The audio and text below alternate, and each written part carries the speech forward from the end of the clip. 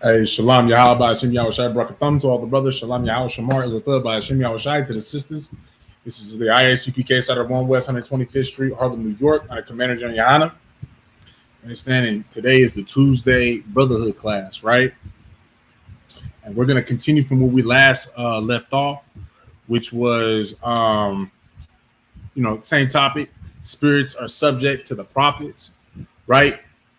And we left off at the book of Deuteronomy, chapter 13, verses 1 through 5, right? So we're going to go ahead and continue from there and finish that up. And then I also have another topic for y'all lined up, just in case this doesn't take up the entire class. All right. So before we do get into it, though, I'm just going to ask that everybody does their part to make sure that they like and share the class. All right, it's important that we all do our part to spread this truth out to the four corners of the earth. You understand? And one way that you are able to do that is by simply just hitting that like and share. You understand? Boosting that, contributing to that algorithm. You understand, of all these videos, not just my videos. You understand, but anything that's ISUPK. You understand? You are contributing to pushing the word out to the four corners of the earth. You understand? So just make sure that y'all get on to YouTube, ISUPK Nevada. Oh, Salagi. Right? Yeah, Salagi.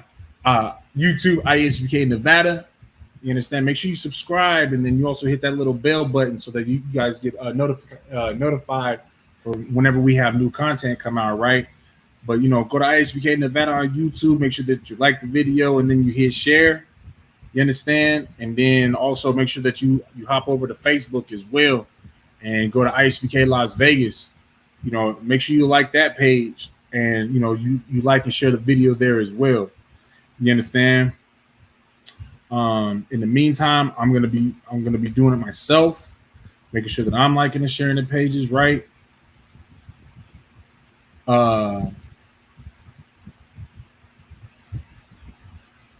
While I'm doing that, if anybody that's online has any questions, feel free to post them in the chat.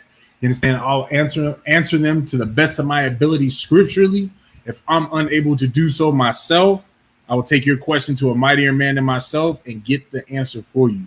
You understand? The point to that is we are not like the Christian church where we're going to sit there and shuck and jive and, tell you all sorts of, whatchamacallits, tell you a bunch of sweet nothings that mean absolutely nothing, but just make you feel good, sounds good. You understand? Makes you think that, you got your answer question, but your question and answer is a lot here, right? Make you think that you got that question answered, but in reality, you didn't. Here in the ISUPK, we deal with nothing but the truth. You understand? If I don't know, I'll let you know I don't know, but I can get you the answer. You understand? That is what we all stand by here in the ISUPK. You understand? So feel free, make sure that you drop in your questions if you have them, right? And then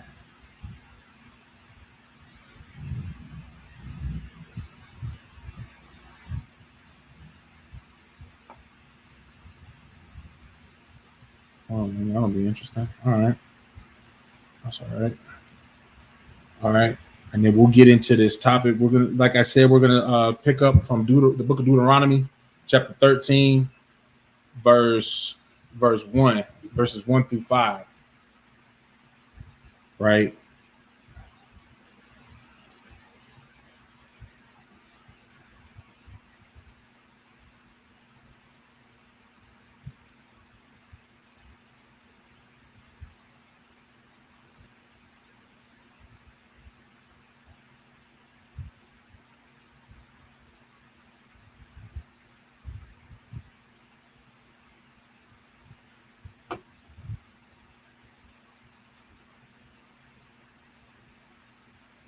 All right.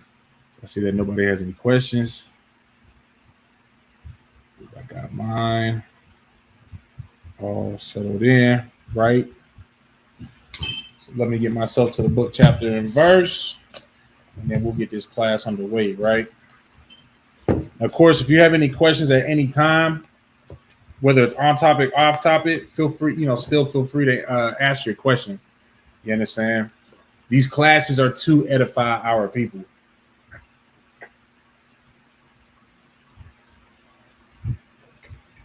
Part of our people getting edified, them having questions, those questions getting answered, right? Okay. So we're going to go to the book of Deuteronomy, chapter 13, verses 1 through 5. And for those of y'all that are online, if y'all do me a quick favor real quick, press a 1 in the chat if the sound quality is good. Press a 2 if y'all hear like a fan or whatever blowing into the speaker. If y'all wouldn't mind doing that, that way, you know what I'm saying, I can make sure that the sound quality is wild for y'all, right? But all right, so let me get there. Deuteronomy 13.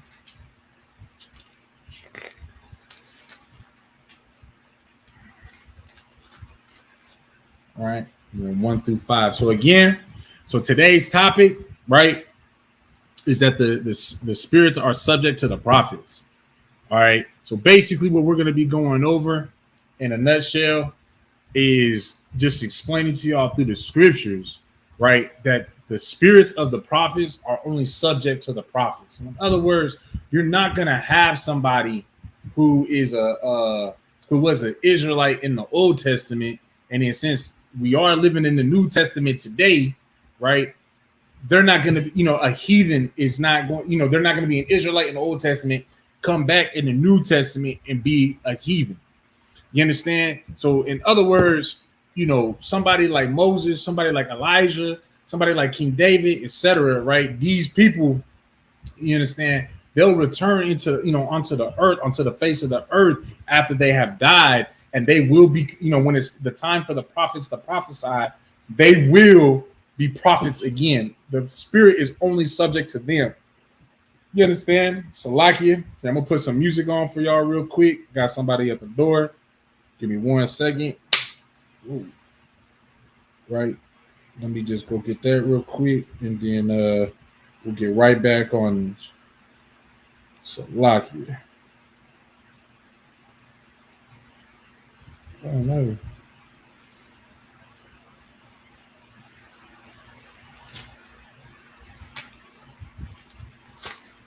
All right.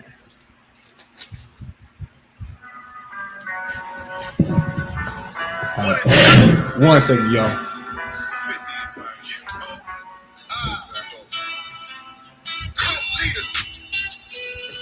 Yeah, we speak the truth, but we a cult leader. Yeah, well, listen, I'm a cult leader. Yeah, well, listen, I'm a cult leader.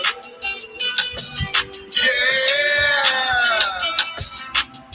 they say I'm in the cult. They say a nigga lost, but I done lost it all. Family and all, they didn't get involved. They just want a ball. Son want to stall. Back against the wall. We gon' show them all. I don't want to be here. Land of the slaves. We are not afraid. We are not the same. I done seen death, nigga, looking in his eyes. My higher man told me don't look surprised. Them haters gon' try, but them devils gon' fry. I don't want to side, nigga. I just want to ride. I don't want to hide what I really feel inside. Them devils gonna pay for what they did to mine. Look me in my eyes. I want 7 wives. I want 7 kids. I want them to know that it was gonna go. All right, so lucky, y'all. This is how it. Okay, so lucky. So like I was saying, right? Like I was saying, just a quick little recap again. What the topic is, we're just gonna go through the Bible, and I'm gonna show y'all how the spirit of the spirits of the prophets are only subject to the prophets. You understand? They will always be an Israelite. You understand? A man may have a different name though each time that he returns. Like take for example, Yahushua Mashiach wasn't always Yahushua Mashiach. Little do y'all know, and this can be the next breakdown that we go I go over next week. Christ was Adam. He was Prince Melchizedek. You understand? He was Isaac, King Solomon, and then he was Christ. He was Yahushua Mashiach. Not a single time did he have the same name. You understand? But he still had that spirit was still his. That was him returning. You understand? He was always an Israelite. You understand? So this should also give y'all an idea from this class that whenever you see a so-called white man, a so-called Asian man, a so-called African, you understand, anybody that is not an Israelite, the blacks, Latinos, and Native American people, if they are not an Israelite, they can't be a priest and prophet. This Bible is not for them. This culture is not for them. This custom is not for them. You understand? Hey, shalom. Shalom Yahweh Shamar Yalathah by Hashem. Oh, Salaki. Shalom Yahweh by Hashem Yahweh. Shalom Yahweh by Hashem Yahweh. Barakatah. Why am I saying that wrong? Shalom Yahweh.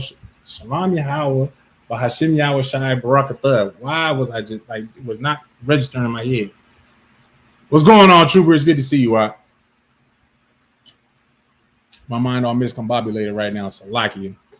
My first week, no more school. Doggone it. My head's all messed up. Salaki. Right? So, I'm going to be going over that. All right. So, like I said, the book of Deuteronomy, chapter 13, verse 1 and 5, verses 1 through 5. All right. This is the book of Deuteronomy, chapter 13, verse 1.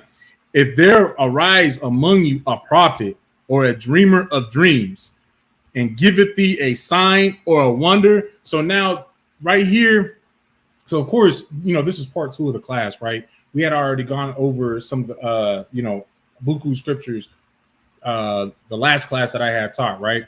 So with this one right here, starting off with verse 1, this is talking about if we have somebody who is born within us, in our, within our people, who claims that they have a dream, that they have a sign or a wonder, right? And that sign or a wonder is, so it could be something like, when there's a burning tree, you understand, and the lady goes to the river to fetch water, this is gonna happen, right? And we're gonna see that as we read on, right? Verse 2, and the sign or the wonder come to pass, whereof he spake unto thee, saying, let us go after other gods, which thou hast not known, and let us serve them, right? So obviously, this is talking in the context of this brother this brother or sister is given a prophecy that tells you to leave the Most High God of the Bible. You understand? So again, when the tree is burning and the woman goes to fetch the water and X, Y, and Z happens, this is your key to know that we should go and serve this other God. Does that make sense?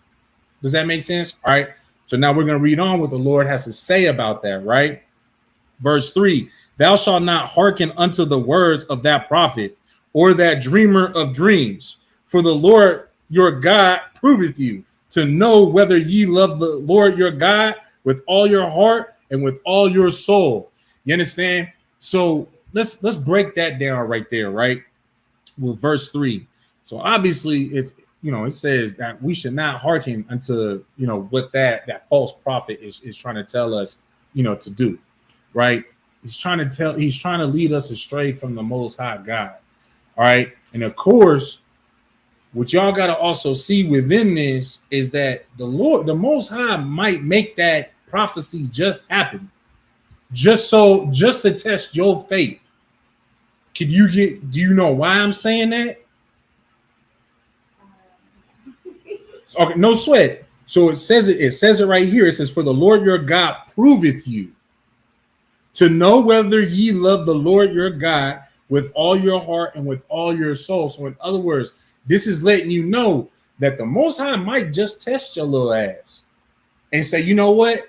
All right, little dude is having these dreams and this, that, and the other. All right, well, first of all, he's going to make the little wicked bastard have these dreams. Because the thing is he's already thinking about leaving and doing his own thing, serving other gods in the first place. You got to understand that, right? But so the Most High God said, you know what? Let's go ahead and give him those dreams. Let's give him a prophecy for him for something to actually come to pass. So then he lets the people know, and then it comes to pass. But if you love the Most High God with all your mind, body, and soul, who can lead you astray? Nobody, right? So even though that he prophesied this and this came to pass, this, right, that should let you know that, hey, I'm just being tested right now because the Lord told me not to do anything else but these things. Does that make sense? It does. But like, okay, go ahead. No sweat. So like if someone claims to be like a prophet and they say, oh, this will happen and blah blah blah, it happens. What do you do with that? Because up until like a certain point, it can be true before you see it go against what people. That's an excellent question. I was about to get on that, but that's still an excellent question. What you got to understand is this Bible is it's our lifeline. It's our what's it called? Stairwell rail. You know, when you're walking up the stairs, see my broken fat ass, when I'm walking up and down the stairs, I gotta hold on to the rail. I don't fall because my knees be all busted up. Sometimes they want to buckle from underneath me. My back hurt. So I need that support. That way I know I can go up and I can go down and I'm not going to fall on the way, right? Well, that's what this Bible is. That's what that's what these laws, statutes, and commandments are as well, to keep you from falling down. As long as you holding on to that lifeline, that rail, it doesn't matter what they say. It doesn't matter. You can push me. My knees ain't that bad. I'll be able to hold myself, but it's gonna sure as hell hope whether my knees is good or bad while I'm holding on to that rail. You can try to lead me astray from that rail all you want to, but as long as I stick to that rail, where I use this as my guideline to navigate, does that make sense? You understand what I'm saying? Did I answer your question? All right, I'll just make you still look kind of a little confused. All right, no sweat. No, that's a good question, though. Right? So, like I explained to the sister, y'all got to remember that just because somebody within us says, oh, we should go do it, I have a dream that we should go and do something against the Lord. Who online, or if you want to take a stab at it, who pretty much said that? Who pretty much said, I have a dream, and that dream went against what the Most High God had told us to do in the first place? MLK, give your sister a hand. Give yourself a hand. Give yourself a hand. That's excellent. Martin Luther King. You understand? Because what did he say? I have a dream. I have a dream. Mind you, he's basically talked about several times within this Bible. I believe there's 2, maybe 3 accounts where he's referenced as, as a dreamer of dreams. You understand? Where those dreams are wicked. You understand? Because they're trying to get God's people, the Israelites, the so-called blacks, Latinos, and Native Americans, to do what the Most High God had told us not to do. Right? Integration. The Most High God didn't want us to integrate, because look at what's happening to us while we're in integration. They removed the chains, sure. So now we think we're free. And, now we can go stand in the same line to go get the same shitty ass burger made by, the white man who don't put no seasoning on the doggone thing. Need to damn near go to McDonald's and give them all some Lowry seasoning salt, just so that they patties can have a little bit of flavor, right? But you understand, that's what Martin Luther King had a dream for us to do, is to sit in the same line, and you get in that line first, and that white man tell your black ass to get behind him. That's the dream that he basically set us up to have into what's the word? To be fulfilled, I should say. You understand? Because hell, we live in this dream, right? Where we're still getting killed like dogs in the street. We're still getting locked up in cages at the border like dogs. You understand? We can't get any type of refuge when our countries, in Haiti, right? Terrible,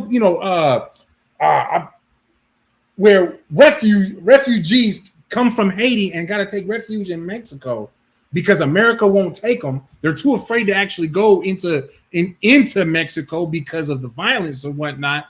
But they can't come into America because America doesn't want them. That's the dream that Martin Luther King set us up to live out, right? I mean, hell, I believe we about to come up on hurricane season. So you know what that means for the Ephraimites, for the so-called Puerto Ricans. You understand? All Puerto Rico's gonna get torn to shreds just so that the white man can go in there, clean it up, and say, well, I clean this up, so I own it. So in other words, the Ephraimites are just going to become that much more homeless. Each hurricane, the so-called white man is taking more and more of that land. But, you know, hey, we wanted to kumbaya. You see what that just, and something that some people would say is just so small, but in reality is extremely big and damaging to all of our people as a whole. You understand? That's why you don't want this. Let's get more on that, right? Verse 5. Ye shall walk after the Lord your verse 4. Ye shall walk after the Lord your God and fear him and keep his commandments and obey his voice, and ye shall serve him and cleave unto him. So just like how I cleave unto that stairwell rail, right? A stairwell. It's just a stairwell, right? The rail of the stairway. We'll say that.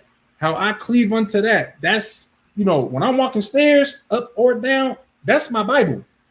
You understand? Now, when I'm walking out and about, going, throughout the world, dealing with other people, y'all can say what we can converse about whatever the hell that y'all want to converse about. You understand? Like I'm one of them, you know, I like to watch, you know, like little podcasts and stuff like that where they talk about all sorts of things, get good information and whatnot, right? But those types of things will never be able to lead me astray. It doesn't matter how good, you know, the dude or the chick will lay out some information about whatever. It'll never be able to deter me from the truth of this Bible. You understand? Because my eyes are set on these scriptures. You understand what I'm saying? Like, take, for example, I started watching this brother named Billy, I believe his name is Billy Carson, right? It was like a 3-hour interview that he had done, right? And, you know, the interview that he was doing, like, he went into quantum physics, you know, talked about, you know, space, the dimensions, you know, aliens, this, that, and the other. It's like, okay, cool. Hear you out. This is interesting. I like to talk about that kind of stuff. You know what I'm saying? But then he started comparing a lot of, then he went into like a spiritual aspect where he was talking about, I can't really say what they're called. I can't say the word. It's like that Ashkenazi or something like that. It's basically like a civilization that predates ancient Egypt, right? And he was saying like the tablets of that time explains all the gods that we have today, and you know, like just all this other nonsense. I'm like, all right, so now I really want to hear what you have to say, because this is something that I can, you know, I can have a thought, you know, a full, thorough thought process on, where he's gonna say something and I can refute it. But the whole time this dude is talking, he's trying to make the comparison of what the tablet said all the way back then, and then said that Christ said the same exact thing about it was something about, you know, where Christ said that the slaves should love their masters, and basically that was in the tablets. I was like, hold on now, that's not what Christ has said. It said that we need servants, we need to obey our masters, but our masters also need to be subservient to their subordinates as well. Just paraphrasing, right? But the point is how are you gonna have all this knowledge about all this other stuff, but then not even have the real knowledge that you're trying to make the comparison to in the first place. And you're also trying to say we plagiarized it, when, I mean, sure, your words are right, but in reality, you misconstrued what is written to make it seem like we copped off of whatever the hell that nonsense that you believed in. You get what I'm saying? So, like, and mind you, like I said, Billy Carson is he's a brother. That's a dangerous thing for somebody who's not rooted in this truth to listen to somebody like him, because like I said, a lot of things that he was saying sounded good. He was articulate, you know, presented the information well, for someone who's not rooted in anything, I can see them being like, oh, you know what? Yeah, there really is a whole nother dimension sitting right on top of me, and that's a whole civilization of people, and this, that, and the other, like all buying into everything that he says, taking it as if that is the word of God itself. You get what I'm saying? Because again, the information, it looks good, just like the information of that false prophet saying, when the tree burns and the woman goes to the doggone river to gather water, etc., etc., etc. You get what I'm saying? It'll set y'all up to be led astray. You understand? Which also still wraps around back to the original point though, of the topic of the class. You understand? If somebody is talking about anything that's outside of the Most High God, what kind of spirit do they have? Well, think about what the topic of the class is. The name of the class, the topic of the class.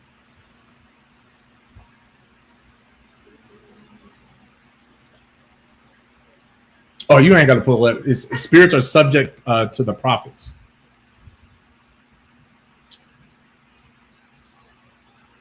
So what if they're talking about? So take for example, say that people do try to say that he's prophetic, that he's a prophet in his own lane, right? What kind of spirit does he have? I hope the word is the prophetic, but I don't see it matching. It's not okay. I'm trying to word it that way to kind of trip you up because I want you to think. So if the spirits are subject to the prophets, and what I mean by the spirits are subject to the prophets, with the title of the class, that's talking about the only real prophets. You understand? Only the people that can be actual prophets. That subject is only subject to them. Like me, for example, Commander General Yohana, General Mahayaman, Officer Shabal, Officer Shalimar, Officer Bakar. We're all priests and prophets of the Lord. The spirit that we have is only subject to us. Right. So what spirit would somebody like Billy Carson, what kind of a spirit would that be? There could be, you could go different ways with this, different words. I mean, you can say a wicked spirit. He's just a wicked bastard. Okay, yeah, it's like what kind of language? No, right. And see, that's what I was saying. I was trying to purposely trip you up, make you think about it. But he's got a wicked ass spirit, obviously, because like I said, he is a brother. To my knowledge, he is a brother, right? So, does he have the potential to actually be a priest and prophet of the Lord if he humbles himself and gets in all black and gets into the ISUPK under Commander General Yana and gets ready to Kanawan and mop the floors, sweep the floors, goddamn clean the toilets every day? You goddamn right. But what is he choosing to do? Go against the Most High God. So anything that you do that goes against the Most High God is considered wicked. Exactly. So if you are just completely bluntly, he was saying, the Most High God is Yahweh, or he was saying Yahweh, you understand, and making basically just talking illy the whole time about the Most High God, saying, just trying to discredit everything about him, right? He's trying to say that he's stolen a lot of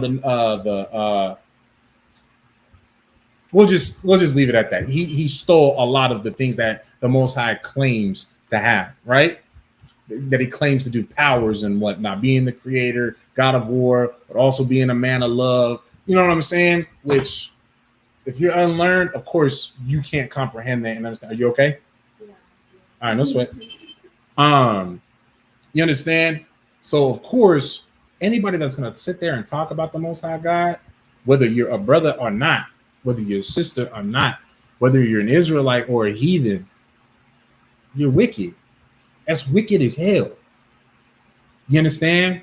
The brother said these devils put alligators in the Rio Grande River on devils. Only devils thinks like that.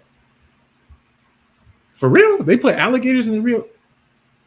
Salakia, give me a Schubert. Tell me exactly where the Rio Grande is. You know, I'm ignorant right now, so educate me real quick where exactly the Rio Grande is. Because I want to say that's somewhere in South America, correct? And I mean, I just want to be sure before where exactly the Rio Grande is before I respond to that, right?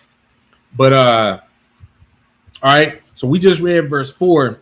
Again, verse 4. The most I got is he's giving you that lifeline, that life rail, right? That's for the stairway, the stairwell rail, right? So that my fat broken ass can go up and down the stairs, right? Verse 5, and that prophet or that dreamer of dreams. So now it's saying, it's giving you a scenario, basically, kind of like how I did. Then it lets you know, listen, do not do anything but what the hell I told you to do.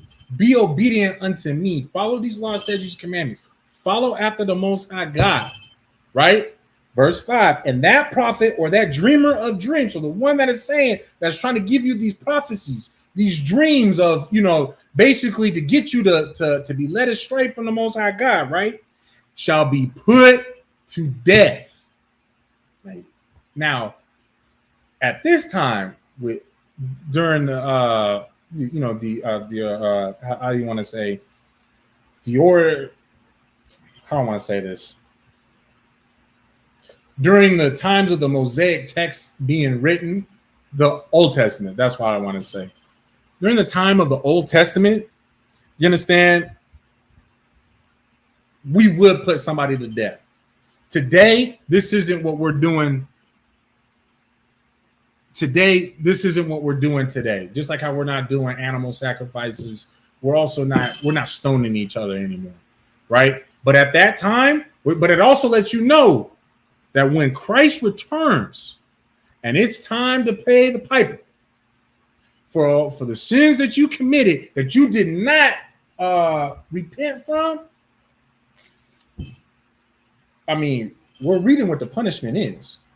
We're reading what's going to happen to people like Billy Carson, to people like T.D. Jakes, to people like what do they call that dude in the purple group, Nasty Nate. You understand? You might not be hip to that. I don't know if you hip to all that. Ain't no thing though. Billy Carson believes that Mexicans are Africans. You know what? I've only watched two of his interviews, so I haven't come across that yet. I don't doubt it though.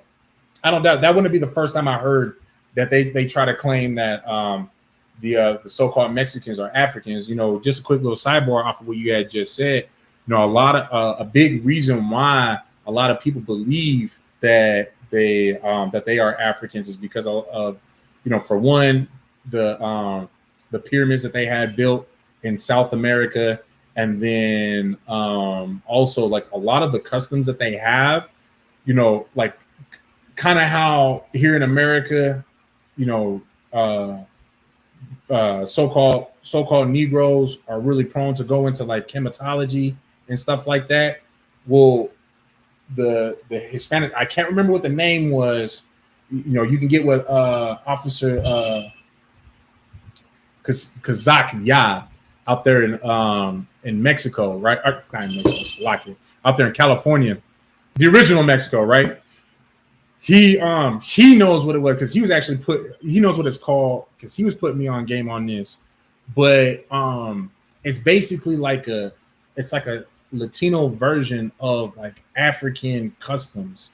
You know what I'm saying? Where they made it their own, but you can see the origin of it coming from them. You get what I'm saying? The Rio Grande is a river that immigrants pass through in order to.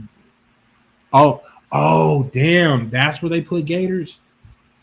See, that's why I asked, because you know what? I still didn't know that. That's solid information. I actually want to look into that a little bit more myself. Let me write that down real quick.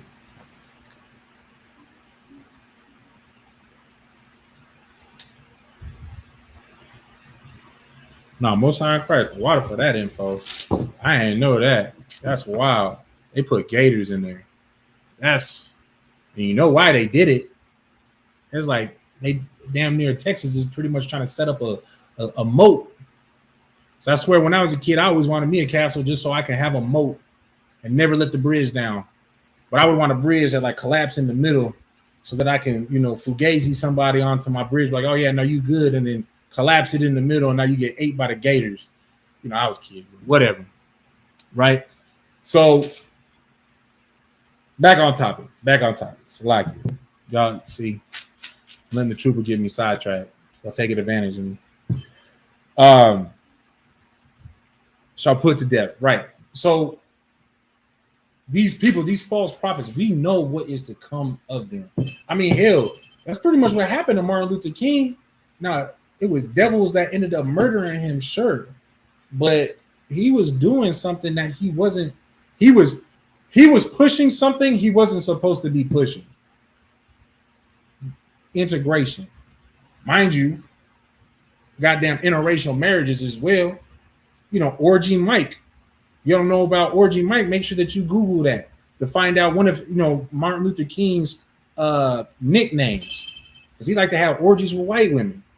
You understand? I mean, why do you think what happened to why do you think what had happened to what's that brother's name? Malcolm X? It's the same exact thing.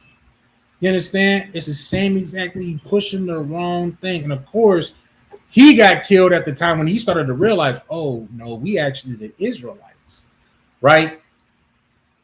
But of course, there is no, just like how the Most High God has said that you need to make sure that you make your election sure, or He will spew you out if you are lukewarm.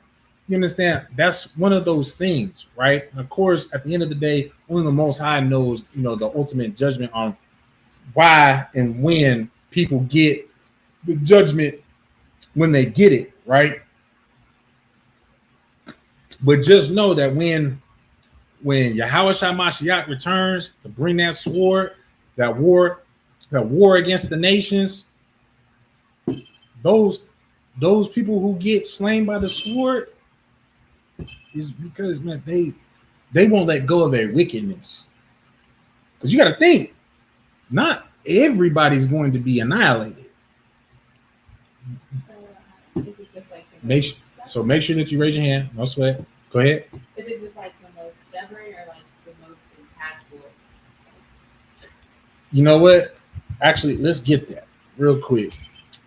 Let me get the scripture for you. Let me get it for you real quick. I believe it's in Isaiah. Beat their weapons to till the ground. I believe that's what it was.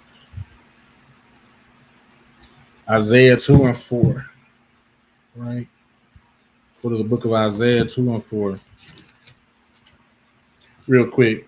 We are going to go back to Deuteronomy and finish that up, but let's get this just real quick. Answer the sister's name. Answer the sister's question. Listen, I just took an English class and I feel like it didn't do anything to benefit my English. I still talk like I'm retarded, partially because I am. So lucky, right? So this is the book of Isaiah, chapter 2, verse 4. And he shall judge among the nations and shall rebuke many people. So this is talking about when Christ returns, and you understand.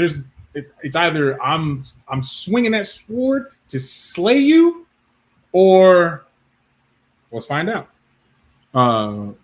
And they shall beat their swords into plowshares and their spears into pruning hooks. Nation shall not lift up sword against nation, neither shall they learn war anymore. So these other nations, they're going to either die by the sword, die by whatever crazy technology that we're going to witness. The how shall return with them 200 million angels to wipe everybody out with. So either you get wiped out by that, or, and it's basically saying in the middle of the war, these people are going to be like, listen, I mean, I'm gonna take the magazine out. I'm gonna rack out that doggone that round that's in the head, and I surrender. I will be your slave. I will do what I just want to live. Those are the ones that will live. But of course, we also know, China's prideful. Japan's got pride as well. Korea, North Korea in particular, man, North Korea, the little retarded ass kid at the playground that want to fight everybody. It's like, dude, like you're not all the way there. Nobody gonna mess with you, but he want to fight. That's Kim Jong Un and all the the North Koreans as a whole, right? Man, you're gonna get killed too, obliterated. Putin, all of them, the Africans, it doesn't matter. Anybody that goes up against Yahweh Shai Mashiach, or in turn goes up against the Most High God, they'll be killed. Those that surrender, I mean, well, what you think? The Israelites that live through the glassing of the planet, the destroying of earth and everything. Those that live, we live for a reason, so that we can reestablish the earth under the rulership reestablish the rulership of the Most High God under Yahweh Shai. So, the 144,000 is going to be here. Those that are in the ruling class are going to be here. You think that they're going to be picking cotton? You think that they're going to be tilling the ground? Do you think that they're going to be doing any type of laborious work do you think that we're going to put our hands to blood and sweat to rebuild our kingdom? Why not? No. It's because he doesn't want to die. He would rather take his M16, his M4 carbine, his AK-47, and use it as a plowshare. He would rather use his doggone his spear. And you know what? Wait, you said you need these trees need to be trimmed? Okay. And start trimming with a spear. They're going to use their weapons. These are going to be soldiers in these other nations' armies who they go from soldier to being a goddamn tiller of the ground, a slave. We're going to have slaves. You tracking the Bible says we're going to have slaves, right? No sweat. See, that's the beauty of class and communication, right? Wait, is it 4-1?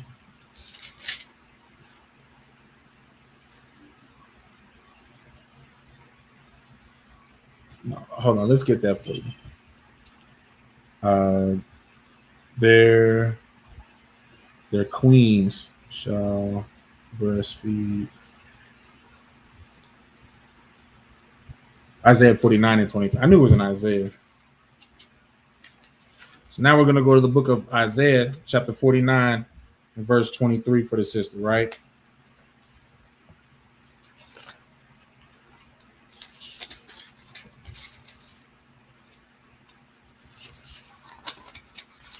And this is still pretty much on topic because you still got to understand that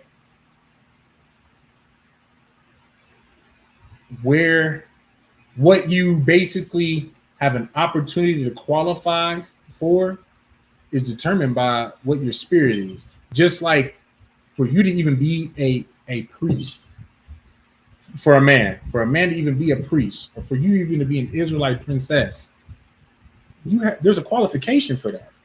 Do you know what that is?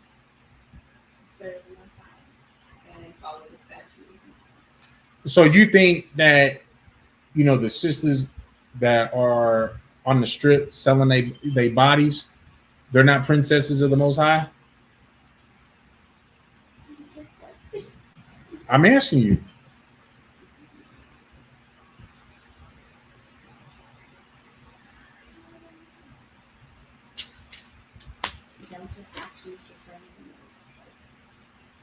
So your actions determine your bloodline? Not your bloodline, but I mean, you basically disown your bloodline, or you don't, But you know what I'm saying? Like, if it's like, So when did you start becoming a princess of Zion? I feel like that kind of takes into effect when I start doing what I'm supposed to do. I see what you. I see where I see where your head is at, but no. You're still a princess whether or not you know it. You're still a princess whether or not you're doing what you're supposed to be doing. In fact, that's what the qualification is your bloodline. Do you come from that bloodline, that seed of Abraham, Isaac, and Jacob? Are you of the 12 tribes of Israel? If so, then you are a princess. Because if that wasn't the case, we would never have the opportunity that we have today. You know why? Because we were all in sin. Right. But I mean, like, if you come up out of it, like, if you know who you are, but you choose not to be. I get what you're saying. You're just denying your birthright. Right. So there's a difference. Would you still call someone a princess if they deny? Okay. Blatantly denying it where they actually have the knowledge that who they are according to the Most High God. Would I call them a princess? Well, I mean, I'm gonna call a duck, right? But sometimes you got a stupid duck. So, like when my dog is being stupid, I don't call her dog. I call her stupid when she's being stupid because I know she knows better. So, in other words, I mean, you're gonna be a whore. I'm gonna call you a whore. You're gonna be a bitch. I'm gonna call you a bitch. I'm not gonna call you a bitch princess. I'm not gonna call you a whore princess. It sounds retarded. But you do have the opportunity to let go of that worldly title to take on what is rightfully yours, and that is to be a princess. But that doesn't mean that you're not a princess. Does that make sense? Yeah. You're still a prince, or else Christ shed his blood for no reason. Because he died on that cross. Christ sacrificed himself for us to have the opportunity to relearn who we are, because we forgot. So we just have to remember. So you can't remember that you were something that you never were. You can't remember something that you're not. Does that make sense? It makes sense. Okay, so what? You got a rebuttal now. I see you guys have to say it makes sense, but what? I hear a but. Go ahead. There's no but. I know, but you do understand, right? Yeah, I get it. All right, Most High in Christ. Right. So this is the book of Isaiah, chapter 49 and verse 23. And kings shall be thy nursing fathers, and their queens thy nursing mothers. They shall bow down to thee with their face toward the earth, and lick up the dust of thy feet. And thou shalt know that I am the Lord, for they shall not be ashamed that wait for me.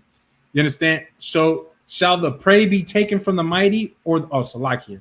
So you have that, right? It's letting you know that their kings and their queens, their highest of high of men and women, they will, they'll be doing the same things that we did when we was in captivity. And what was we doing? And king shall be nursing fathers. What was we doing in the early 1800s for Master's son? Master didn't teach him how to fish. I taught him how to fish. Master didn't teach him how to tie his shoe. Didn't teach him how to dress. Didn't teach his own son how to be a doggone man, how to do anything out in the field, how to be, how to hunt anything. You know who taught them? The men that was enslaved by his own father. We taught them. We were a father to our oppressors' children, right? And their queens, thy nursing mothers. There's a photo that you can pull up of of slavery where it's a sister. They took a photo of her and she's holding a white baby, breastfeeding, right? Like he was made to. They forced us to nurse their children. So there's that, and then this is going to be a whole lot more blatant.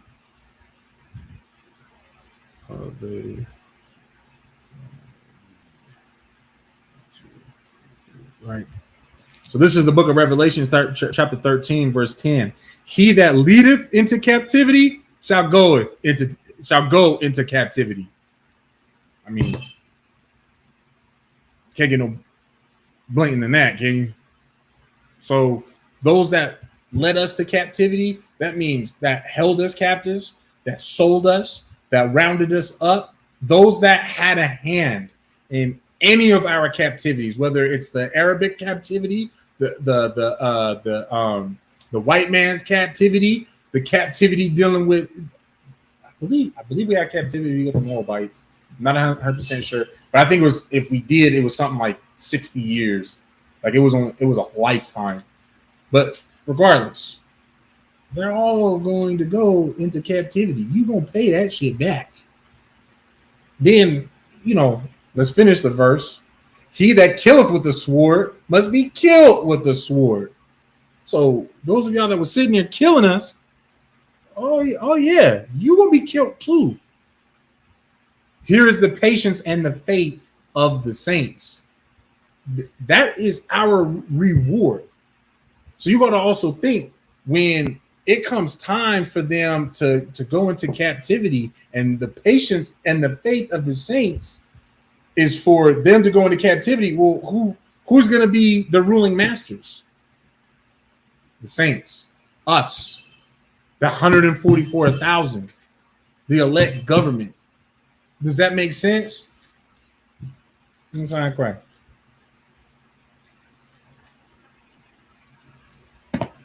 Let's finally wrap up verse 5. Salaki, y'all. Ooh. Can you do me a favor and plug this into that wall?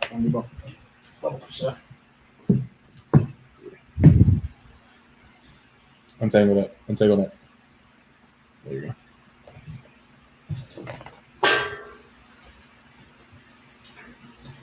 Khan, you 100% right. It is going to be a glorious day. Water. Did it get in there? Okay, it did. Cool. All right. So let's go ahead and finish that up. Deuteronomy. Can you fix that fan too? You messed it up. Look right there. It's cool. The bottom. All right, verse 5. We'll read it from the top. And that prophet or that dreamer of dreams shall be put to death, because he has spoken to turn you away from the Lord your God, which brought you out of the land of Egypt and redeemed you out of the house of bondage, to thrust thee out of the way which the Lord thy God commanded thee to walk in. So shalt thou put the evil away from the midst of thee. So you see how that all pretty much just wrapped back together? You understand? Where, that's a wicked, evil bastard right there. That's going to turn you away from the God that brought you, your forefathers, out of bondage in Egypt. You understand? And this person is really going to rise up one day and say, well, but I had a dream that this is going to happen. And if it does come to pass, that lets you know that there is another living God, and we should probably go and serve him, because clearly this God is lying to us, because he didn't tell us about him. In fact, he said that he is the only God, but here's this God that's given me this, these dreams and prophecies, and has chosen me to. That's wicked. That's wicked as hell. You understand? All right. Now we're doing Deuteronomy. Finally. All right. Drop that. Let's go to the book of 1 John, chapter 2 and verse 19. The book of 1 John, chapter 2 and verse 19. Ooh. 1 John chapter 2 verse 19. Con. Let me know when you're there. All right. So this is the book of 1 John chapter 2 and verse 19. They went out from us, but they were not of us. For if they had been of us, they would have, they would no doubt have continued with us, but they went out that they might be made manifest that they were not all of us. You understand? You think you can break that down? You think you know what this is saying? Can you put it in your own words?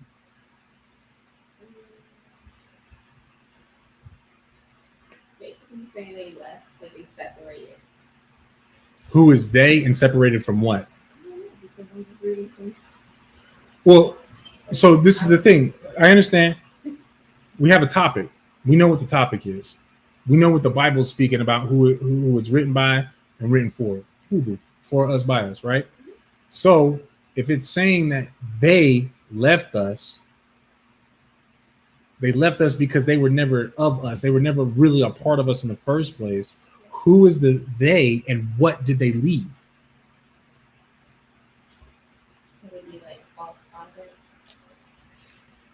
You can say false prophets because that's part of it. But so we'll stick with that because I'll take that answer for now. But so what did the false prophets leave though? The rest of it. I have like no context to go off of. The context is I mean, this is a class for what? To edify people of the truth.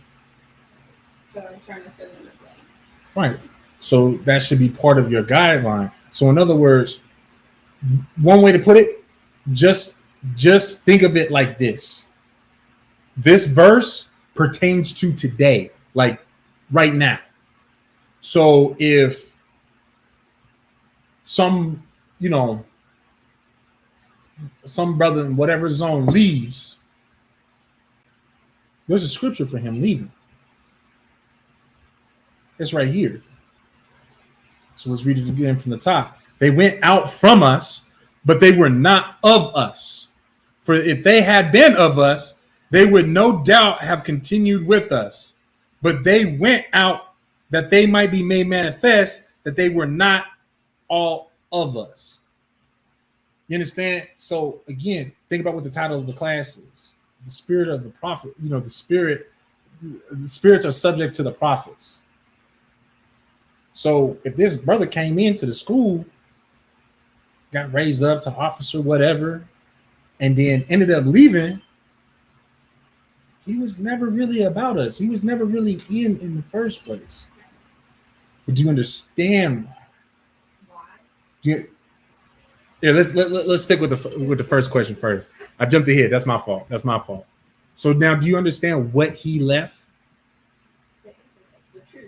The truth. That's where you want to go with it, is the truth. Because you got to think that before that you learn about the school, you were an Israelite. Did you know you was an Israelite?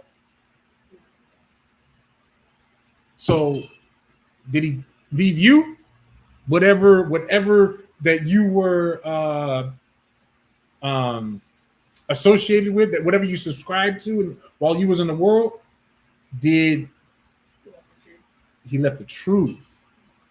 You understand? Because quite frankly, the truth is only it's only with us.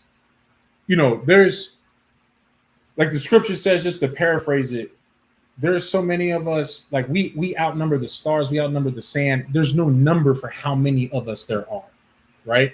So that's what the scripture says, paraphrasing it, right? So, hey, Most High in Christ, so you got to think, not all of us have the truth. And in fact, majority of the time, the majority of us always went up against the truth. Even with the time of Moses, there was different, what would you want to call them? Sects, factions, fake Israelite groups. Like, I believe I actually had a breakdown on that the first portion of this class. No, I didn't. But I think it was the class before that. Where I went in on, basically the fake Israelite groups. Like, it's biblical. That happened with the time of Moses, and also at the time of Christ. Also at the time of, King David. We've always had little fake groups that say, oh, I have the truth. This is what it is. But we know who has the truth by. How do you know that? How do you know that somebody has the truth? Because they follow the word. How do you know that they follow the word? It's in there. Okay, so how would you make your judgment though on, because do you know the scriptures from cover to cover, word for word, from front to back, from Genesis to Revelation, even with the apocryphal books? No. But what can you do in the midst of you learning it from the men above you? Okay, you can read, but what are the men doing for you in these classes? You can ask questions. Okay, they're asking, but we're teaching you, right? Right, and then we can ask questions. Right. You're right about that. But what I'm saying is that you can analyze and see, okay, you know what? They're saying that we should do this. The scripture says this. They're saying to do this, but what are they doing? Take, for example, IUIC, right? You know, they say you're not supposed to be homosexuals, but the doggone leader is sending penis pics to the people in his camp. They had a dude be convicted of murder because he shot a tranny in the face after he had sex with him. I mean, if those were really men of God, would you have anything like that? You get what I'm saying? So you'll know by their works, by what they're actually doing, right? So now I forgot the other question I was going to ask you. So we're going to move on, breaking down this verse though. So it says they went out from us, but they were not of us. So how do you know that? Like how does that make sense that somebody could be in this school? Let's say that somebody is going to leave in 6 months, but for right now, that somebody is here every day at every function, every class, con, and all black, the whole shebang, right? Why is it that even during that time, they're not really a part of us?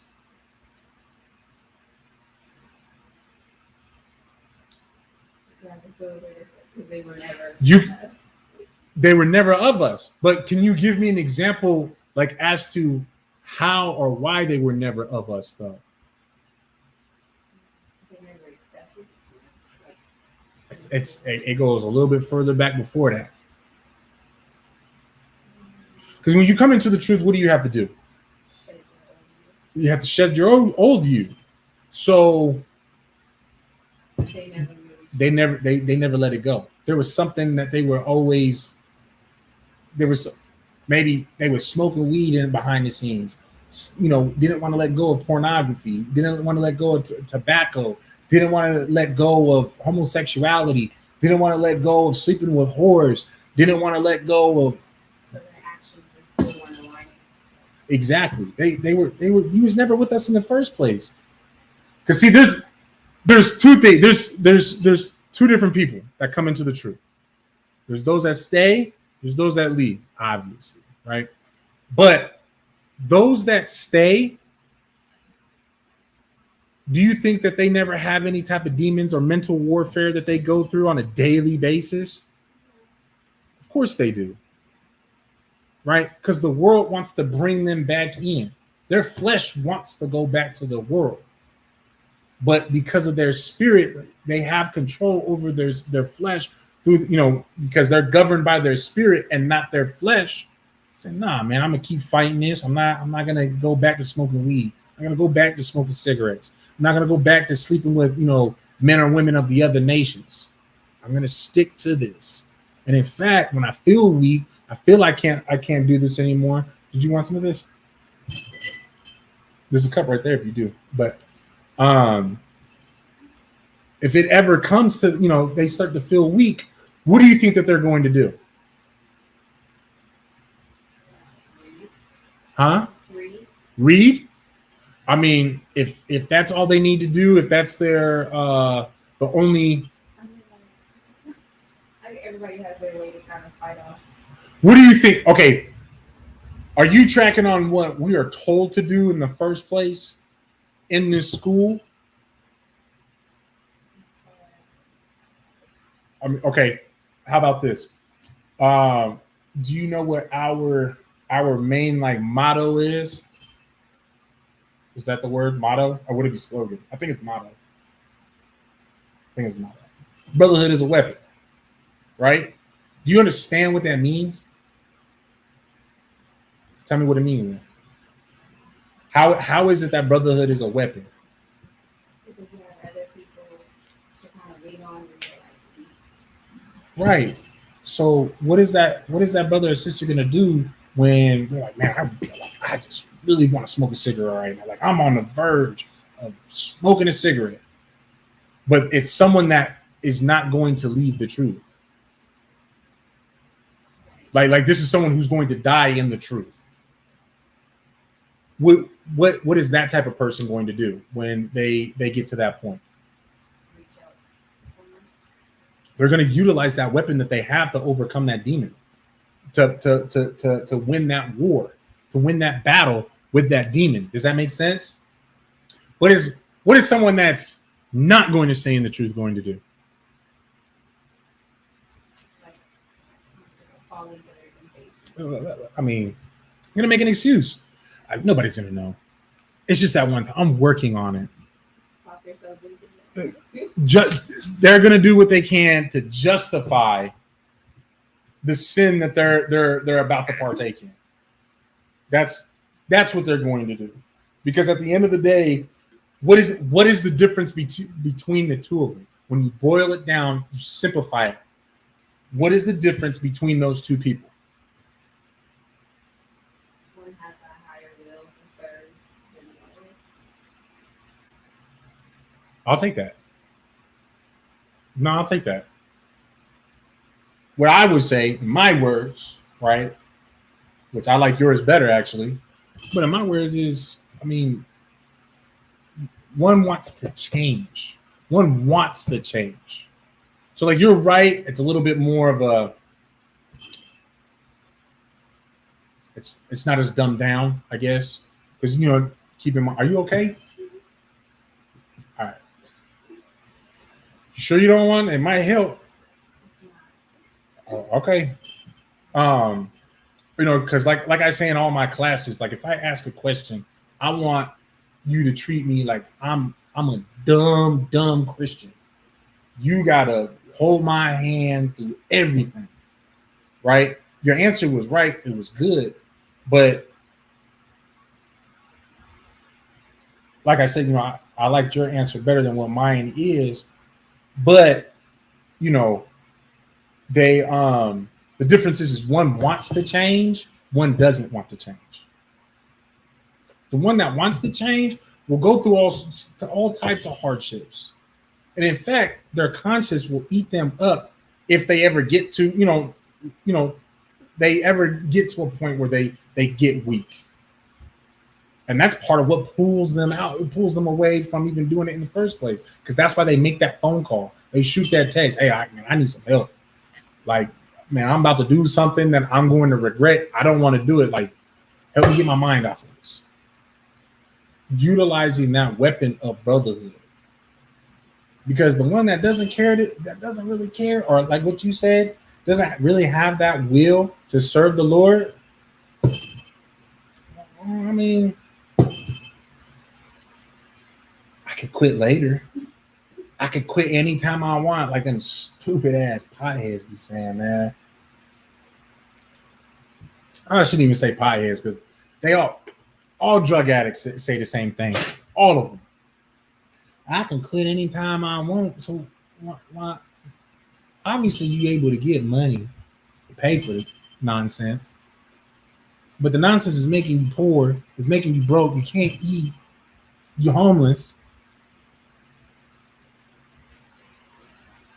I mean, I digress. Right? But we understand this verse. Yeah. Any questions? Right? You understand how this pertains to the topic, the title of the class?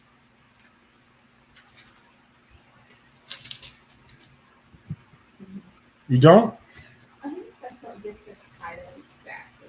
So, okay, the spirits are subject to the prophets. So the spirit of a prophet is subject only to the prophets. So If you were a prophet today, you was a prophet yesterday, and you'll be a prophet tomorrow. This also pertains to those that if you are in the truth today, you were in the truth yesterday, and you will be in the truth tomorrow. Does that make sense? Does that answer your question? Do you understand the title now? Do you understand how this verse pertains to the title? Are you sure? On all accounts, Most High in Christ. All right. Let's drop that. Let's go to the book of Numbers, chapter 16 and verse 3.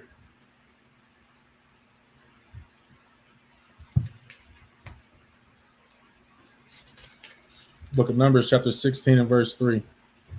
Oh, what do you know? This is the story I was literally just talking about. The fake Israelites at the time of Moses. So if you missed the breakdown before, well, hey, Most High in Christ. For those of y'all that are here, you get to get the breakdown today. All right, here we go. Right. So the book of Numbers, chapter 16 and verse 3. And they gathered themselves together against Moses and Aaron and said unto them, Ye take too much upon you, seeing all the congregation are holy, every one of them, and the Lord is among them. Wherefore then lift ye up yourselves above the congregation of the Lord. So these are the Israelites, right? They're basically trying to say that Moses and Aaron, they're taking way too much responsibility. And in fact, they feel like, yo, we should be all equal because we're all holy, right? The Lord is with all of us, right? So why are you above everybody else? Basically, they're on some we should share the power, equality, however you want to put it. In other words, you got Nasty Nate, starting IUIC, them little purple homosexuals, where Nasty Nate didn't want to be serving under a righteous man, Commander General. He didn't want to serve under that. He wanted to. How does this say it? Didn't say it yet. He wanted to be the leader. You understand? And mind you, as well, what's crazy is all these other Israelite camps that are outside of the ISUPK. This is why we have our disclaimers that we have with all of our videos, where we say that we are not affiliated with any other Israelite group. We're not affiliated with anybody. We are our own entity. We are our own body all together. If you are not with us, then you're outside of us. You are against us. Simple as that, right? That's why these other fake Israelite groups, they have what's called unity camps. They'll go to what they call camp, and they do it in partnership with the schools outside of their schools, if you want to call them schools. I don't know, groups. We'll call them groups, right? Because a school, you can actually learn something. You're not going to learn anything but the wrong thing there, right? These other fake Israelite groups will come together. Okay, hey, let's meet here, and we'll do this in conjunction together as a unity camp.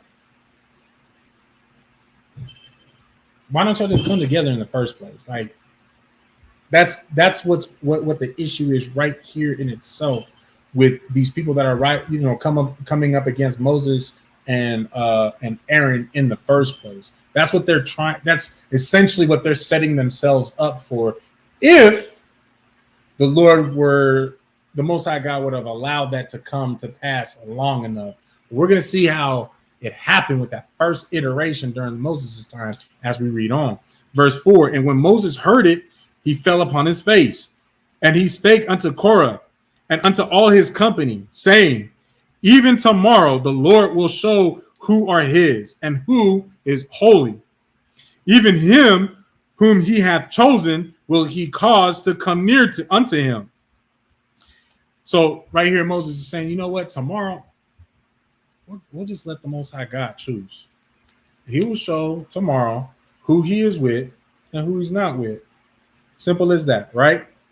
Verse 6, this do, take you censers, Korah and all his company, and put fire therein, and put incense in them before the Lord tomorrow. And it shall be that the man whom the Lord doth choose, he shall be holy. Ye take too much upon you, ye sons of Levi, So Moses is saying, hey, listen, man, take these censers, put some fire in it, and present yourself again, in front of the Most High. Do that tomorrow, but I'm letting you know, I'm forewarning you. And you taking a whole lot upon yourself, sons of Levi. You asking for too much than what you can handle, right? Verse 8. Oh yeah. And Moses said unto Korah, Hear, I pray you, ye sons of Levi, seemeth it but a small thing unto you, that the God of Israel has separated you from the congregation of Israel, to bring you near to himself, to do the service of the tabernacle of the Lord, and to stand before the congregation to minister unto them. So he's asking them, like, y'all think this is a little thing to be a priest? Y'all think that the position that we are put in, like, this is a small thing, right? Moses is like, rhetorical question, of course, right? Verse 10, and he hath brought thee near to him, and all thy brethren, the sons of Levi, with thee, and seek ye the priesthood also. For which cause both thou and all thy company are gathered together against the Lord. And what is Aaron, that ye murmur against him? And Moses sent to call Dathan and Abiram and the sons of Eliab, which said, We will not come up. Is it a small thing that thou hast brought us up out of the land that floweth with milk and honey, to kill us in the wilderness, except thou make thyself altogether a prince over us? So now people are starting to take sides, right? And they're also laying their claim, like, yo, like, man, we've been following you, though. You supposed to be taking us to this land that we've never gotten to. We left Egypt. I had it good, man. I had, I had to slave my ass off, but I always had shelter, always had food, always had water, always had clothes. You understand? All I had to do from time to time, I had to sacrifice a goat or whatever to Baal, but at least I could eat that pig. God damn it. Like, you got me out here in the wilderness just to die for what? And you taking all this responsibility on you. How about you pass some of that leadership over so we can alleviate it, and you know what I'm saying? We can have a better council is basically what they're asking for. A council almost like the United States Council, where we know how that goes. All these men, these old ass 80-year-old men bickering for 180 days at a time to get nowhere. I mean, you get what I'm saying? Right? Verse 14, moreover, thou hast not brought us into a land that floweth with milk and honey, or given us inheritance of fields of vineyards. Wilt thou put out the eyes of these men? We will not come up. So, man, we gonna pluck our eyes out so that you can lie to us? That's basically what they're saying. Like, y'all just sitting here lying to us, like we're blind, because we still haven't gone there. Man, I'm not standing with you, right? That's what they're saying to Moses, right? And Moses was very wroth and said unto the Lord, Respect not thou their offering. I have not taken one ass from them, neither have I hurt one of them. Now Moses is pleading with the Lord, and he's telling the Lord, he's like Moses is pissed, pleading with the Lord. Man, Salakia, sir. Do not accept any of their offerings. I haven't stolen from them. I haven't lied from them. I have done no wrong to these people. And they coming up against me as if I did. If it be your will, do not accept their offerings, right? Verse 16, and Moses said unto Korah, Be thou and all thy company before the Lord, thou and they and Aaron tomorrow. Verse 17, and take every man his censer and put incense in them, and bring ye before the Lord every man his censer, 250 censers. Thou also and Aaron, each of you his censer. And they took every man his censer and put fire in them, and laid incense thereon, and stood in the door of the tabernacle of the congregation with Moses and Aaron. So basically, Moses let them all know, like, man, y'all pick your sides. Essentially, let your election be sure. You understand? That's basically what was laid out right there. That was actually said. Let your election be sure. Are you going to be with with these people that are coming up against somebody who is innocent, somebody who did no wrong to you? You're gonna align with the opposer of the innocent, or you gonna align yourself with the innocent? Make your election sure, right? And Korah, in verse 19, and Korah gathered all the congregation against them unto the door of the tabernacle of the congregation. And the glory of the Lord appeared unto all the congregation. And the Lord spake unto Moses and unto Aaron, saying, separate yourselves from among this congregation, that I may consume them in a moment. And they fell upon their faces and said, O God, the Lord God, O God, the God of the spirits of all flesh, shall one man sin, and wilt thou be wroth with all the congregation? Verse 21, separate yourselves from this congregation, that I may consume them in a moment. You understand? So even the Lord was on the same note as Moses. Man, you know what? I'm gonna kill all of them. I'm gonna consume, kill them all in one moment, all at once. I'm not gonna waste my time having to come back, getting revisiting these goofies one by one. They made their election sure today, so you know what? We're going to make it. We're gonna make the decision for all of them all at once today. You understand? And actually, we'll read on. We'll find out exactly what happens to them. Right? Verse 23, and the Lord spake unto Moses, saying, verse 22, and they fell upon their faces and said, O God, the God of all of the spirits of all flesh, shall one man sin, and wilt thou be wroth with all the congregation? And the Lord spake unto Moses, saying, speak unto the congregation, saying, get you up from the tabernacle of Korah, Dathan, and Abiram. And Moses rose up and went unto Dathan and Abiram, and the elders of Israel followed him. And he spake unto the congregation, saying, depart, I pray you, from the tents of these wicked men, and touch nothing of theirs, lest ye be consumed in all their sins. So now Moses pled with the Lord, right? Moses pled with the Lord and just asked, okay, technically this is their fault. It's three men, correct? Korah, Dathan, and Abiram. It's their fault that they even had followers in the first place. And Moses pled for everybody that rose up against him and took their sides, right? So he said, ask the Most High, should the entire nation, should everybody be punished because of one man? So the Most High saw the reasoning and said, you know what? All right, tell everybody else, get away from those tents, get away from them. Don't touch anything of theirs, none of their belongings, nothing.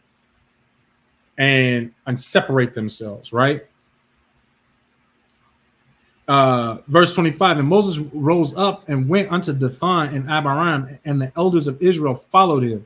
And he spake unto the congregation, saying, depart, I pray you, from the tents of these wicked men, and touch nothing of theirs, lest ye be, that's what I read, lest ye be consumed in all their sins. Right, just read that, so like it. Verse 27, and so they got up from the tabernacle of Korah and Dathan and Abiram on every side. And Dathan and Abiram came out and stood in the door of their tents, and their wives and their sons and their little children. Right? So now everybody else separated from them. But those three men, their families stepped outside of the doors of their tents. Their wives, their children, right? Verse 28, and Moses said, hereby ye shall know that the Lord has sent me to do all these works, for I have not done them of my own mind. So now Moses let them know. He's like, now y'all going to see that this wasn't done by just me. This wasn't my own mind. I was commanded to do this. I just obeyed the Most High God. So in that, you're going to see who the Lord is really with, right? Verse 29. If these men die the common death of all men, or if they be visited after the visitation of all men, then the Lord hath not sent me. So now he's bargaining. He's putting a little stipulation to it. Like, listen, if these men die of natural cause of old age, or just something that we know that wasn't sent by the Lord, then obviously the Lord wasn't with me, right?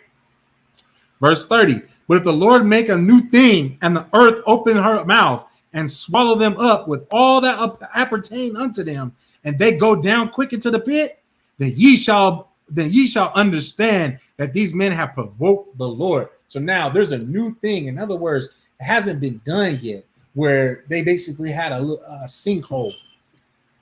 The earth opens up and just consumes these men and their families and all that pertains to them, right? So that's simple as that. If these men die of something, some natural causes that not sent by the Lord, then the Lord's not with me. But if a new thing, and in specific, the earth opens up and consumes these people, then obviously the Lord is against them and the Lord is with me. You understand? And they have provoked the Lord, right? Verse 30. Verse 31. And it came to pass, as he had made an end of speaking all these words, that the ground clave asunder that was under them, and the earth opened her mouth and swallowed them up, and their houses, and all the men that appertain unto Korah, and all their goods. They and all that appertain to them went down alive into the pit, and the earth closed upon them, and they perished from among all the congregation. You understand? So I know we read quite a bit, but now we got that story, right, that I was referring to earlier. That story of these fake Israelite camps coming up against the truth, right? What can you get from this story that, for one, pertains to the title of the class, so the main subject, but also how it pertains to today?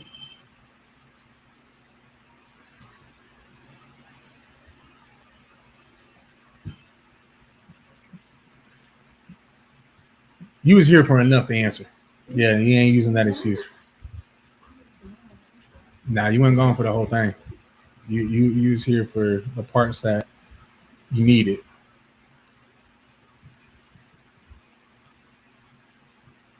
I'm waiting.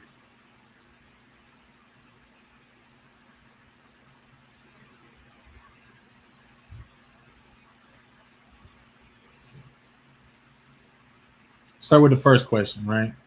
How does this pertain to the title of the class?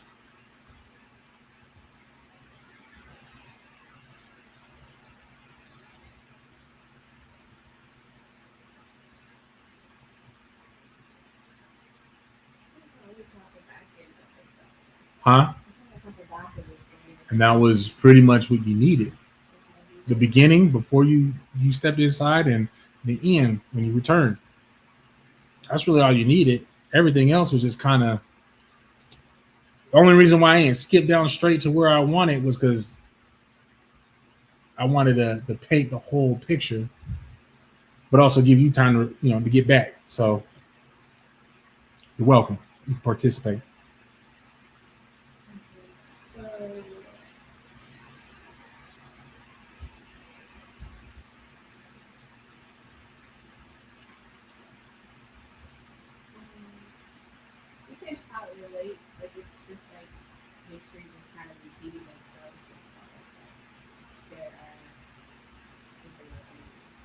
Priests and prophets in the truth, and then you have people who are trying to get people to go away from that into their own groups.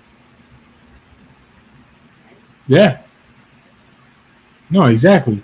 So now, like, Can now give me like an example though. Like now. Yeah. You might give the example of it.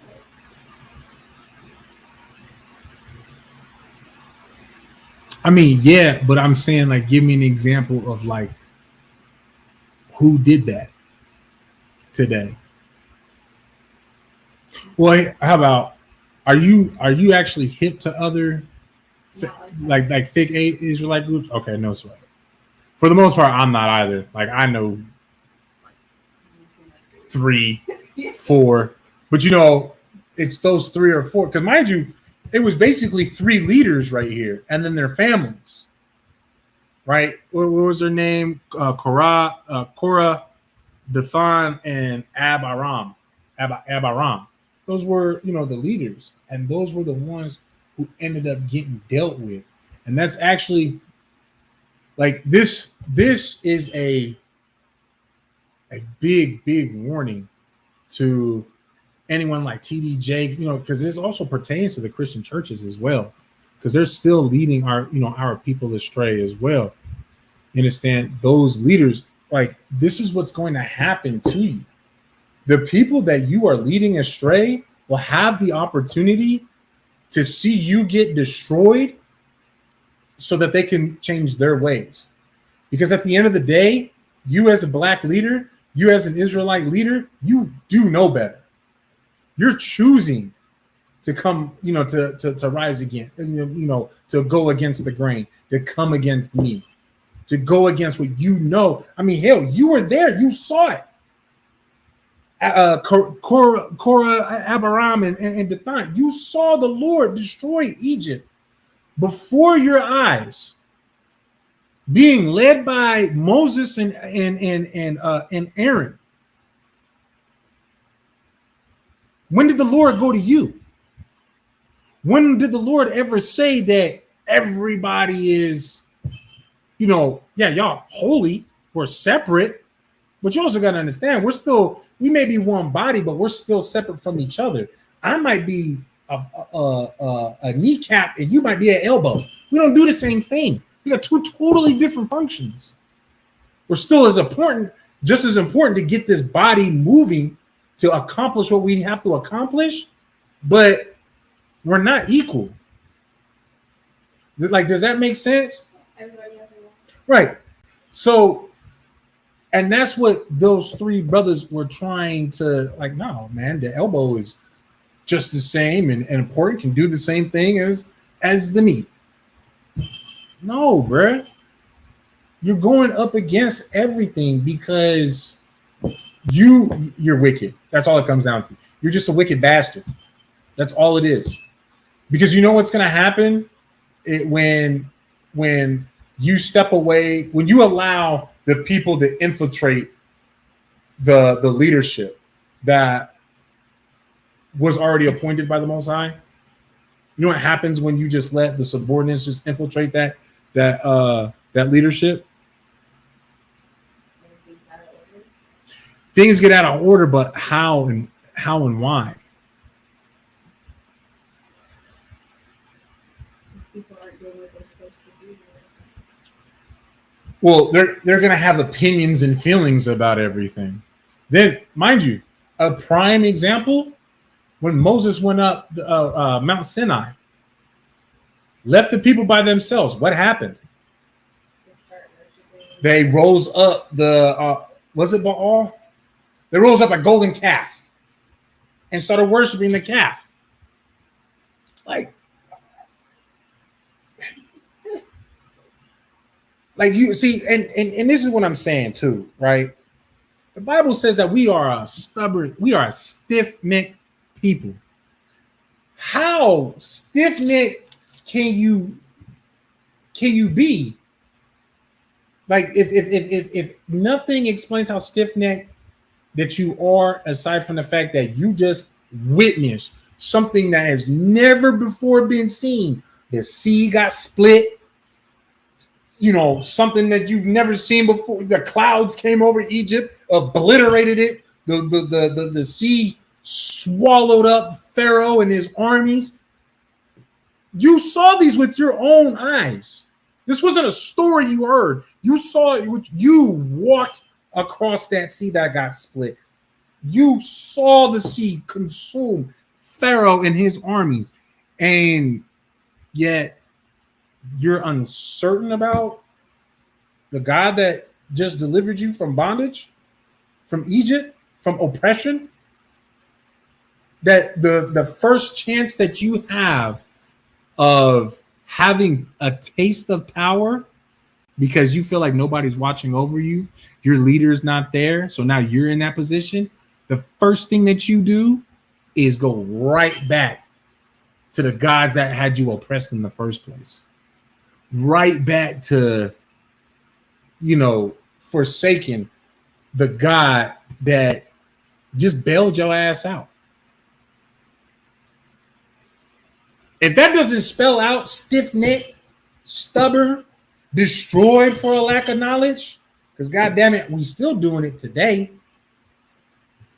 I don't know what does. You know what I'm saying? I don't know what does. Right? But so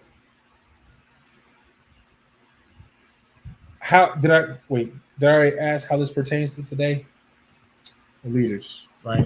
Those leaders, how this pertains to the topic, the title of the class. Those leaders are here today. That spirit is still here today. I'm not saying that Korah is nasty Nate himself. I'm not saying that. I'm not saying that he's Korah, Dathan, or Abiram. I'm not saying that. But what I am saying is that spirit though that those three had. Oh yeah, it's in those fake Israelite groups. That is the spirit of their fake Israelite groups, is to break off from the truth. And of course, the spirit that Moses had to, keep his integrity, stand up for what is right. Because it's like it is only right for him to stand up for himself. Like, man, I did nothing wrong to you. If you want to come up against me, I ain't hurt you, I ain't steal from you. I did nothing to harm you. Like, you goddamn right. I'm gonna pray to the Lord, man. This is what's going on. So, like, I'm asking you, not to take their offering, not to hear them, not to deal with them. Because of course, they're coming up against you. You appointed me to rule over. And of course, if it was the Lord's will to have it be a council like that, with Moses being equal to everybody being equal to Moses, then it would have been done so. But it's not. So all that, you understand, that spirit of equality and all that nonsense, it gets done and over with just from seeing and understanding what the will of the Lord is here. And again, like I said, you see it again with the conflict with the northern and the southern kingdom during the time of King David, all that warring. Then of course you see the division all over again with during the time of Yahushua, when the truth gets on the scene, everybody learns about the truth. Then it's funny, all of a sudden, now you get these other groups. I got the truth. Prophesying in Christ's name. I walk with him. Whoop, whoop, whoop.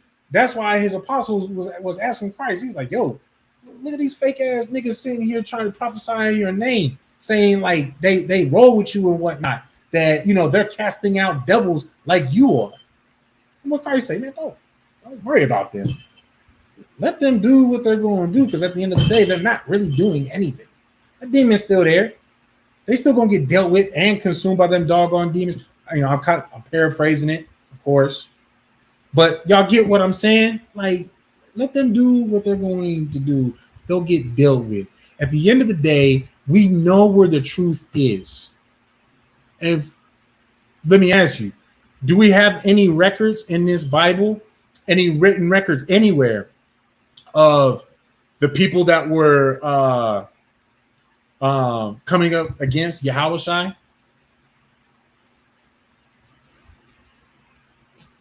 I haven't heard of any. Any of the fake Israelite doctrines? I haven't heard of any. Because remember, these fake groups didn't happen until Christ came on the scene and they learned from Christ.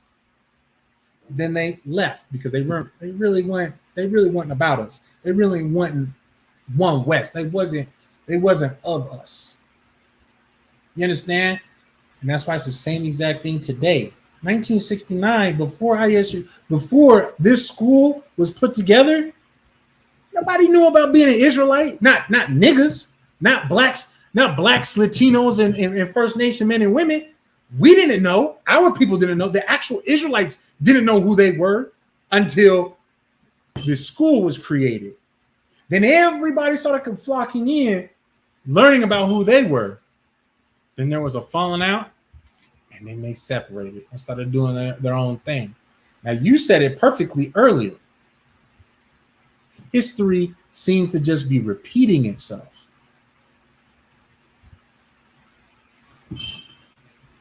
I mean, doesn't even the white man say that if you don't learn from your past, it's bound to happen again tomorrow? Oh, well, that's crazy. Where do you think he got that philosophy from? We know his little culture vulture ass didn't think of that himself. He doesn't even have a real history to look back on like that. No, he looks at our records and sees that we keep doing the same exact thing time and time again.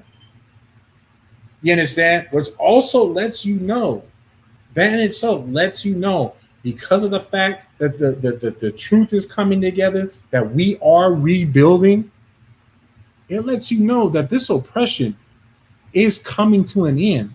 The spirit of those that were actually with Yahushua, those that actually serve the Most High God, we've returned. We are here doing the Lord's work because we know, hey man, I did it before, I got to do it again. This obviously this job's not done. We got to finish this job so that the next time that my spirit is laid to rest, God damn it, I can reawaken with a crown on my head. Salaki. That's that is the game or the goal. But that doggone crown on my head, where stop and frisk is reinstated into normal society, but it's on white people. But it's on those that actually need to be stopped and frisked. Because everybody want to look past, goddamn Jason and Nick and Trevor and goddamn, Karen and Kimberly and all that. They want to look past all of them. But the crazy thing is, they the ones smuggling all them doggone drugs. They the ones with all the doggone weapons. Man, hell, how you even think it gets into our hands in the first place? We don't have weapons manufacturers selling to us directly. We're not flying into Peru and Afghanistan to get opium and goddamn cocaine. Somebody's bringing it. Just saying. You put two and two together. Y'all smart, Israel. Y'all just goddamn pig-headed. You understand? Y'all stubborn as doggone hell. Right? But where you stand, what you end up doing, what you see yourself doing today, and you do all your days going forward, lets you know where who you were in these times that we read in the Bible. Right? When you read to understand what was being said, and you just like, today, oh yeah, it couldn't be me. I couldn't be alive at the time of Emmett Till or Nat Turner or anything. I couldn't be a slave. You know how goofy niggas be saying stupid stuff like that. It couldn't be me. Right? But you know what? You read the Bible, you'll actually see that in reality, you was actually some of those people. When you was thinking against the Most High God, no, you was them niggas that allegedly had ratted out on Emmett Till, that had a hand on Emmett Till's death. You understand? You had a hand. You are a contributor. You are Massa's bloodhound, his loyal bitch. You understand? Because you know what? Like the title says, spirits are subject to the prophets, but the spirits as a whole are your spirit regenerates. If you got the spirit of a bitch yesterday, you got the spirit of a bitch today, and you got the spirit of a bitch tomorrow. You understand? Does that mean that a man can't change, that a woman can't change from who they was yesterday? They can. But you yourself as an individual, you know if you actually have the potential to change, because even before that truth comes across you, for the opportunity to change yourself comes across you, you're already thinking about the ways that you can change, the ways that you can be better. You just don't got the tools. That's the difference betwixt you and the person who,